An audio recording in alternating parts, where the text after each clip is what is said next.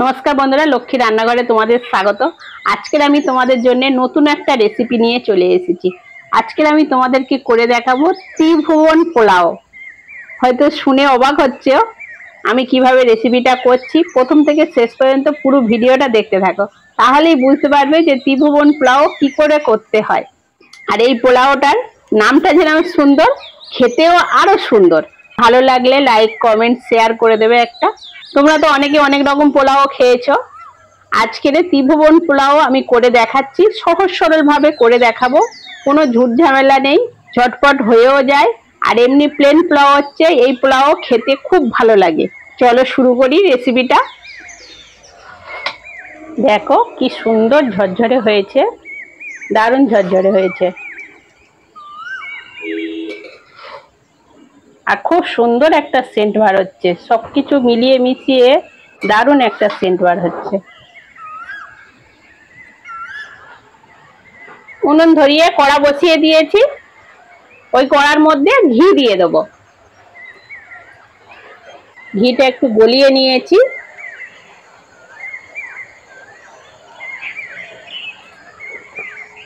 এখানে আমি 200 gram chicken নিয়েছি, বোনলেস চিকেন আছে। দেখো ছোট ছোট টুকরো টুকরো করে কেটে নিয়েছি। 200 গ্রাম চিকেন আছে, এই চিকেনটা ঘিয়ের মধ্যে দিয়ে দেবো।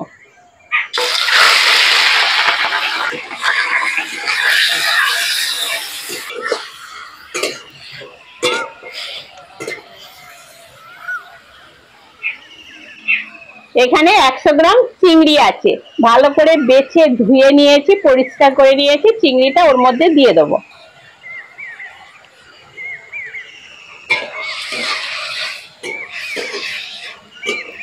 চিকেন থেকে ভালো মতন জল ছেড়ে দিয়েছে,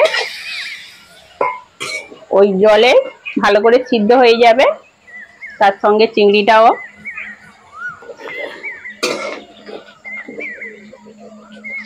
চিকেন আর চিংড়িটা ভালো করে ভেজে নিয়েছি। এর মধ্যে আমি এখানে 2টো ডিম নিয়েছি, এই ডিম দুটো ভেঙে ওর মধ্যে দিয়ে দেবো।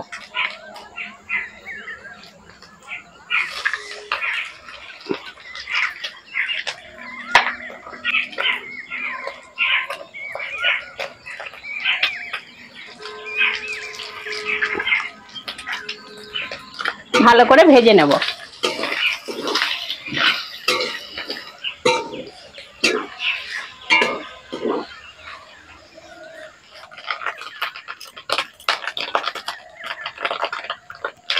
ডিম, চিকেন আর চিংড়ি ভালো করে ভেজে নিয়েছি, এবার তুলে নেব।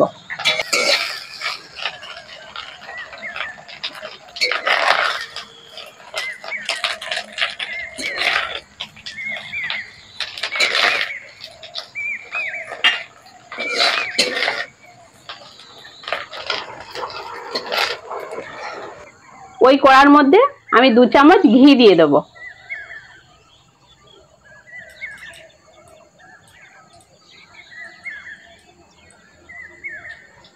তিনটে তেজপাতা নিয়েছি, 3টে তেজপাতা দিয়ে দেবো।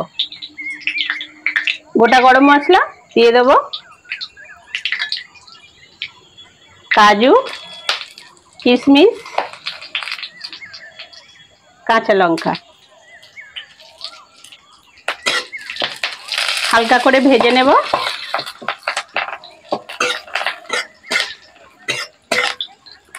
ভালো করে ধুয়ে রেখেছি চাল, সেই চাল দিয়ে দেবো।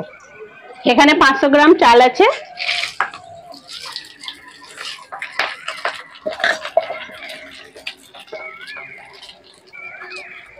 আমি এখানে বাসমতি চাল নিয়েছি, তোমরা যে কোনো চাল নিতে পারো। ভালো করে ভেজে নেব।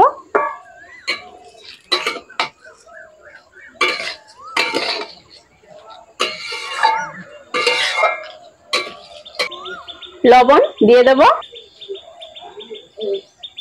অল্প করে হলুদ দিয়ে দেব। এখানে 2 চামচ চিনি নিয়েছি, 2 চামচ চিনি দিয়ে দেবো। তোমরা চাইলে তোমাদের পছন্দ মতন যে যেরকম চিনি খাবে সেই রকম দিতে পারো।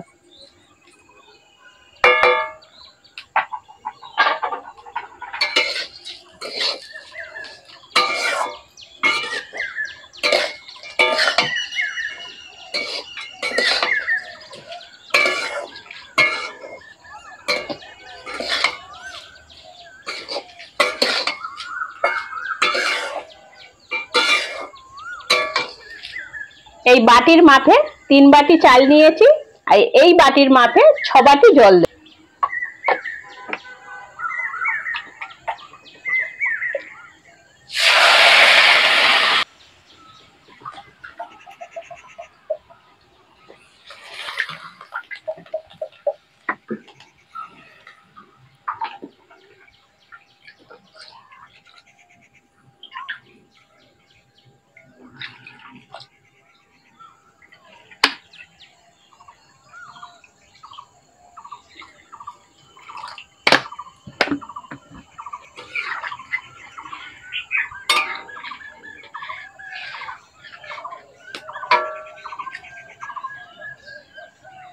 এইবার আমি ভেজে রাখা চিকেন, চিংড়ি আর ডিম ভাজাটা দিয়ে দেবো।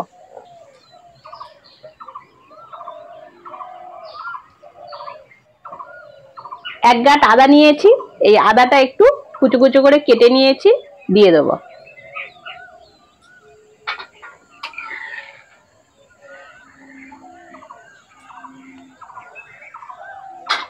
এইবার আমি ঢাকা দিয়ে দেবো। এইরকম ভাবে ঢাকা দিয়ে 15 মিনিট রান্না করে নেব। 15 মিনিট হয়ে গেছে, ঢাকা খুলে দেখে নেবো একটু।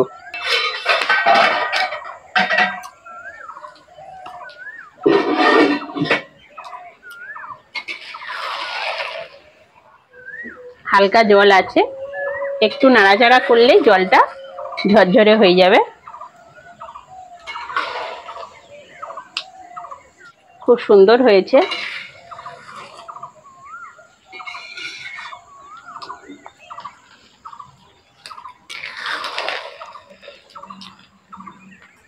দেখতেই পাচ্ছ কতটা সুন্দর হয়েছে।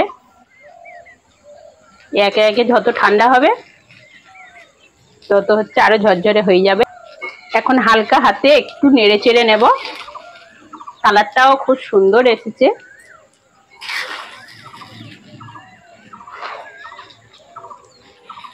দেখতেই পাচ্ছ। আর জাল দেব না, উনুনের যে আগুন আছে ওই আগুনেই হয়ে যাবে।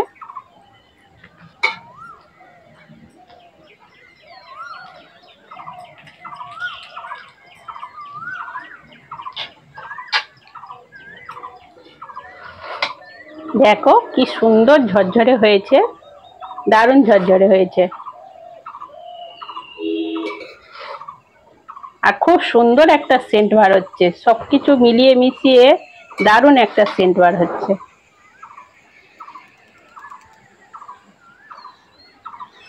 আর ভাতও দেখো কি সুন্দর সিদ্ধ হয়ে গেছে। জলের মাপটা ওইরকমই তোমরা রাখবে। চাল যদি 500 হয় তাহলে জল 1 কিলো দেবে, বা কোনো বাটি বা কাপ মেপে যদি নাও তাহলে সেই যে কাপ মেপে নেবে তার ডবল জল দেবে। 1 কাপ চালের জন্য 2 কাপ জল এইরকম ভাবে দেবে, বা 1 বাটি চালের জন্য 2 বাটি জল। চাল আর জলের মাপটা ঠিক রাখবে, তাহলে পোলাও, যে কোনো পোলাও কেন আর বিরিয়ানি কেন আর ঝাই কেন খেতে খুবই ভালো লাগবে। এই যে ঝরঝরে ভাবটা যে হয়েছে শুধু ওই জলের মাপটা ঠিক থাকার জন্য। পোলাও একদম রেডি। এইবার নামিয়ে নেব।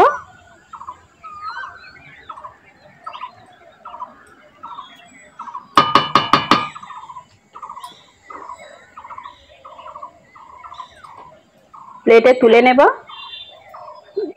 দেখতেই পাচ্ছ কত সুন্দর হয়েছে।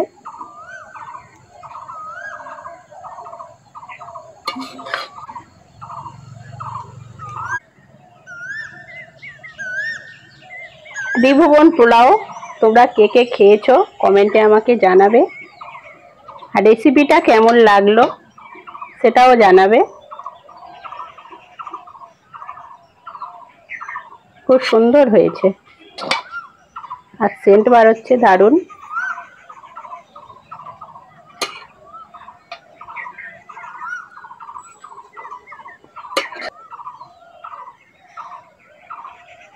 বন্ধুরা কমেন্ট করতে ভুলবে না কিন্তু, কেমন হলো ত্রিভুবন পোলাও, কেমন লাগলো তোমরা একবার বাড়িতে করে খেয়ে দেখবে।